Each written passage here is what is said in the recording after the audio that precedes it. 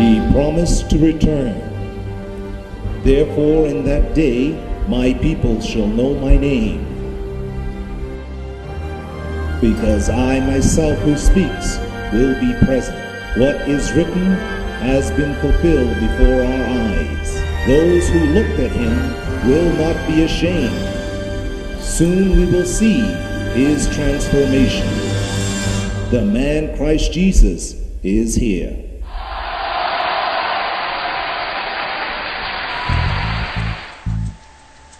Hello, Blessed. Today's topic is the last year of the countdown. And now, the man Christ Jesus. Blessed with all blessing. Let's read the first letter to Timothy, chapter 4, verse 16. The apostle says this: take heed to yourself and to the doctrine.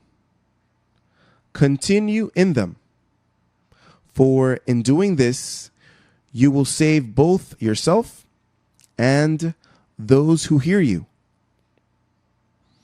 That's advice after we have been enlightened.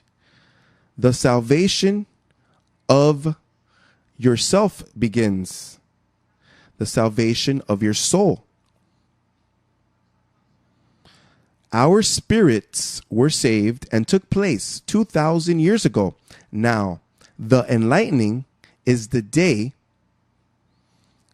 that you were awakened and the gift of faith was activated for you to believe the gospel.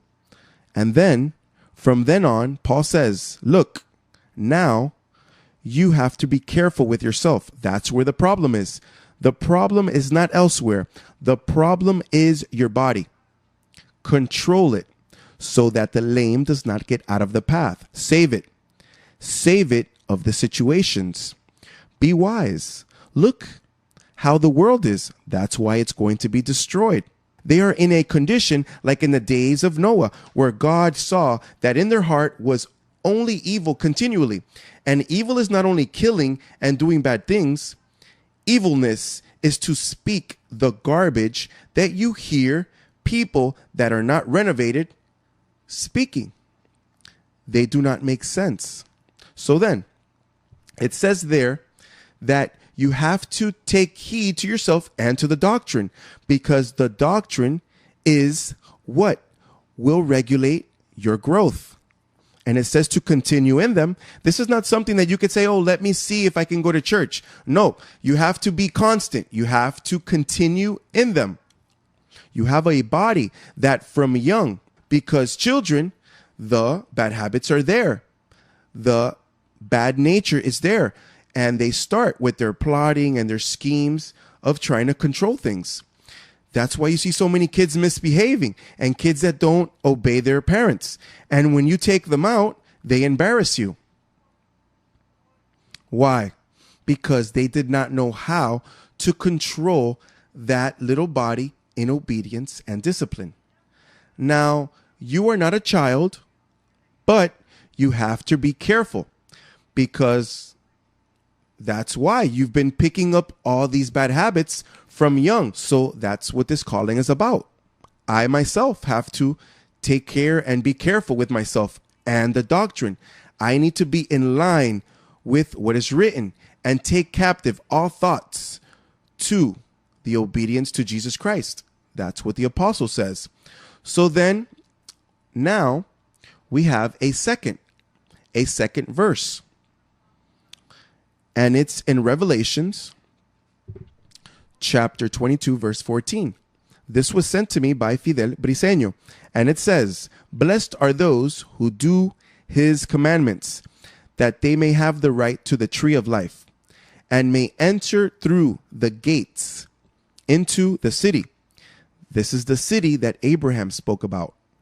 But outside are dogs. There are a lot of dogs.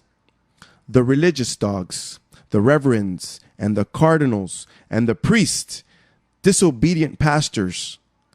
All those people will be outside, all those dogs. False apostles, pedophiles, criminals, deceivers. But outside are dogs and sorcerers. So much sorcery. Works of the flesh and sexual immoral and murderers and idolaters and whoever loves and practices a lie. Not those who practice a lie, those who love and practice a lie. So then, that's what they have called us for. The reason for your joy, what has happened to you, is that you have participated of the tree of life. You were eating of the tree of the knowledge of good and evil for years, and that did not make you happy. On the contrary, that continued digging you deeper. But after the gospel, the true gospel came, you started to eat of this tree, and you have seen the fruit.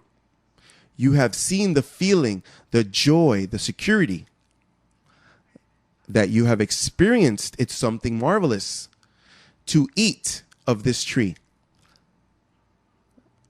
Another Pauline advice, speaking about enjoying the gospel and the advice. And do not be conformed to this world. Do not be conformed to this world. You cannot be conformed to today's bad habits. It says, but be transformed by the renewing of your mind. By the renewing of your mind. That's what you have to transform, your mind. And with that, you renew yourself. It says that you may prove what is that good and acceptable and perfect will of God. When you transform yourself by this renewing of the tree of life and the knowledge of the gospel, of the uncircumcision, your thoughts change. You notice that you make good decisions. And the same people around you say, what has happened to you? I have seen a change in you, a serenity, a nonchalant, a firmness. It's that you have swallowed the anchor of life that have taught us to walk in the path of life. You have found the path of life.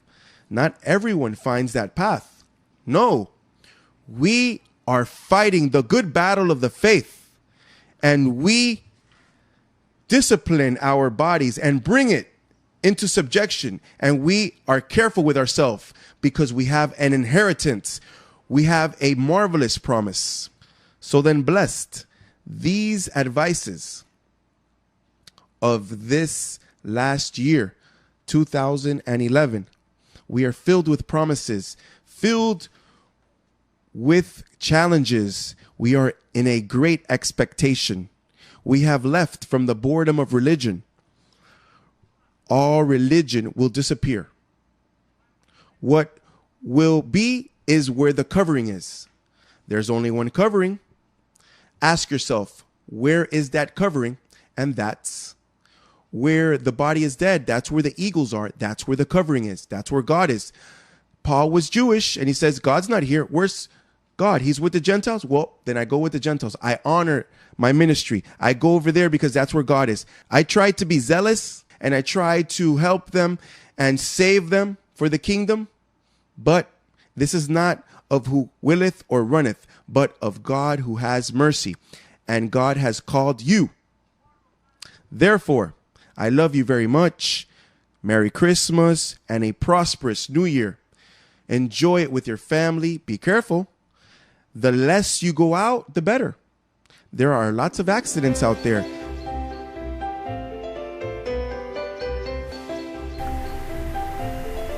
I declare my thoughts organized.